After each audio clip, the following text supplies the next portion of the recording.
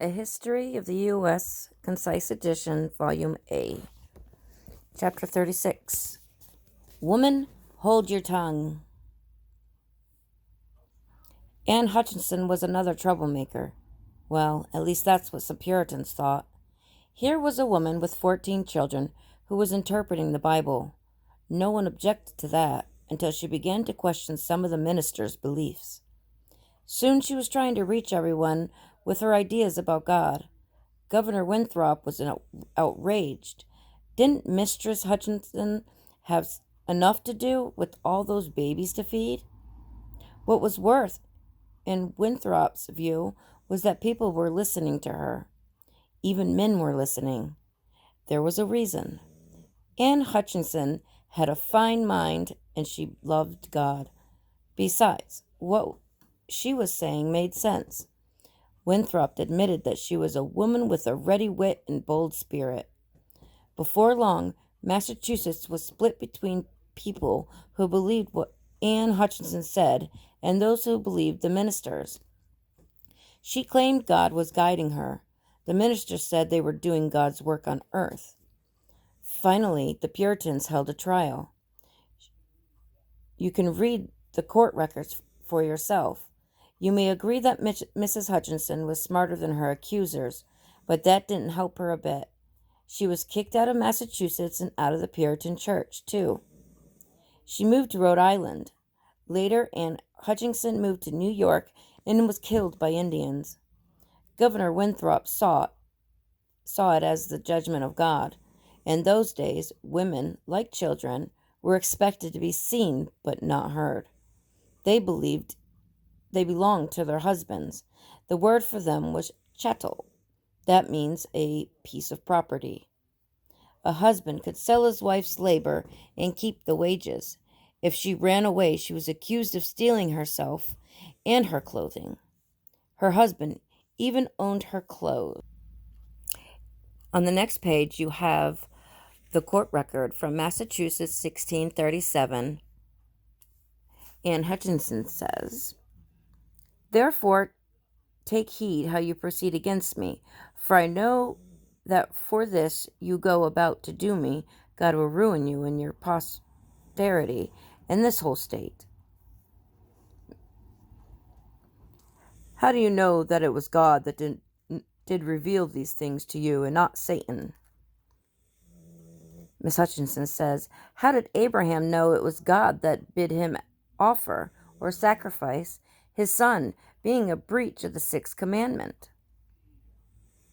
Deputy Governor says, by an immediate voice. Miss Hutchinson says, so to me by an immediate revelation. How an immediate revelation? By the voice of his own spirit to my soul.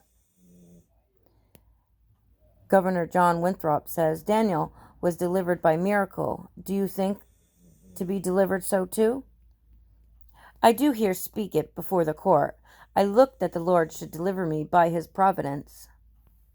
Governor Winthrop says, the court has already declared themselves satisfied concerning the things you hear,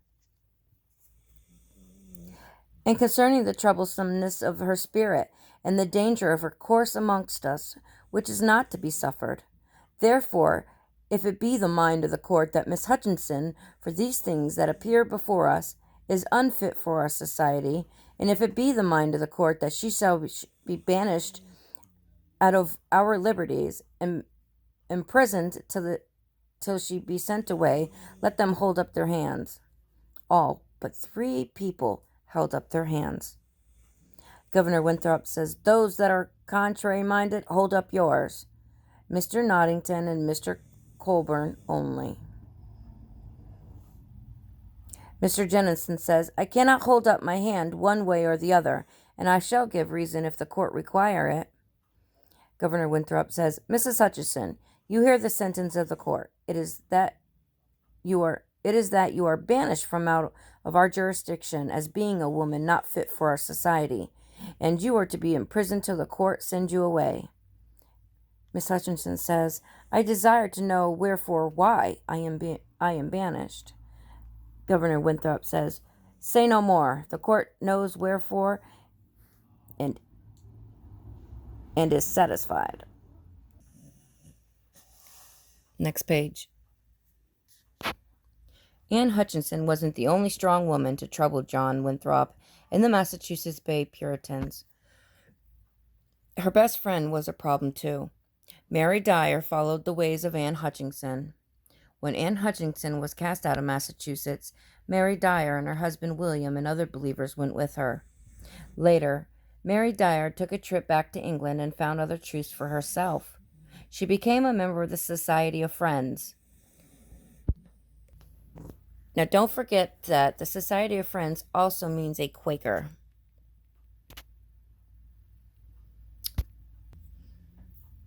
The people who were known as Quakers. Quakers call their church meetings service meetings. In a Quaker meeting, everyone is equal. Anyone may speak out, and there are no ministers. Now, in the 17th century, equality was not fashionable. Besides, Quakers refused to swear oaths of allegiance to anyone but God.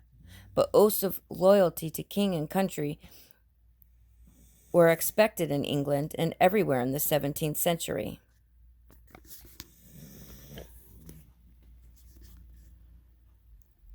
You need to understand that the church and the government were all part of one package in the old world.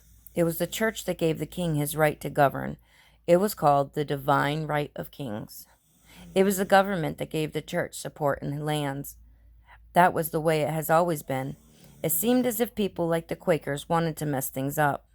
The Quakers believed in toleration, and they believed each person could think for himself. What happens if you let people think for themselves? Why, the next step might be for them to say that the king's church and the king's priests weren't needed. And Quakers did say something like that when they sat in their meetings without ministers.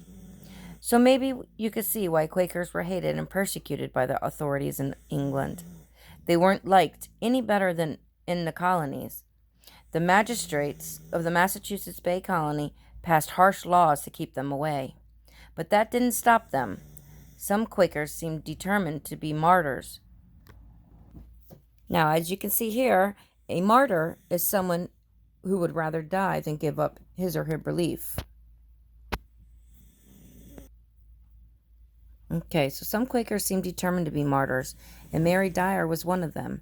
She came to Boston, was sent away. She came back. This time she was tried with 2 Quaker men, and all 3 were led to the gallows. The men were hanged, but at last minute Dyer was sent off to Rhode Island. She came back again. The Puritans tried Mary Dyer again. This time they offered her life if she would leave Massachusetts forever, but she refused. Mary Dyer was hanged on June 1st, 1660, on the Boston Common in front of where the State House stands today. Her death was too much for some Puritans. In 1661, the law was changed. Today, statues of Mary Dyer and Anne Hutchinson can be seen in the Common.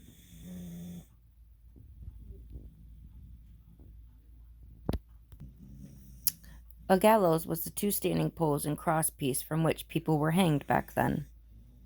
And that concludes chapter 36. Thank you.